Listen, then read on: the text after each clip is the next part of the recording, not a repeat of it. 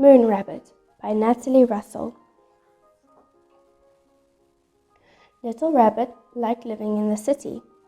She had her own place to stay, her favorite cafe, and so many things to see and do. But at night, when everything was quiet and Little Rabbit was all alone, she would look up at the moon and wonder if there was someone out there. Someone she could play with, laugh with, and have fun with.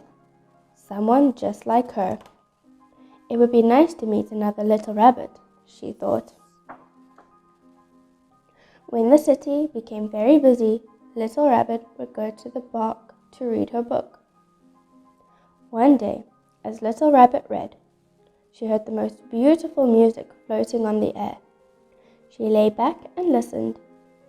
The park was so peaceful and the sun was so warm that Little Rabbit's eyes began to close, and very soon she was fast asleep. When Little Rabbit woke up, the sun had gone and the moon was shining brightly. It was past Little Rabbit's bedtime. But in the distance she could still hear music, and it was the kind of music she liked.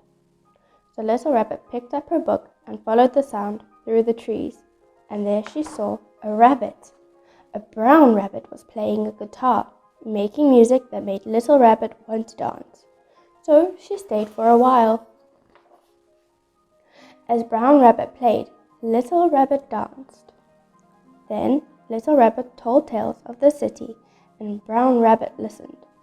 Together they watched the changing moon until the birds sang to the morning sun.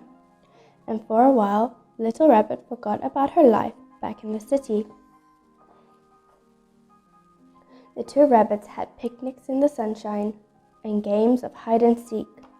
They made each other laugh, and Little Rabbit was happy to have found a new friend.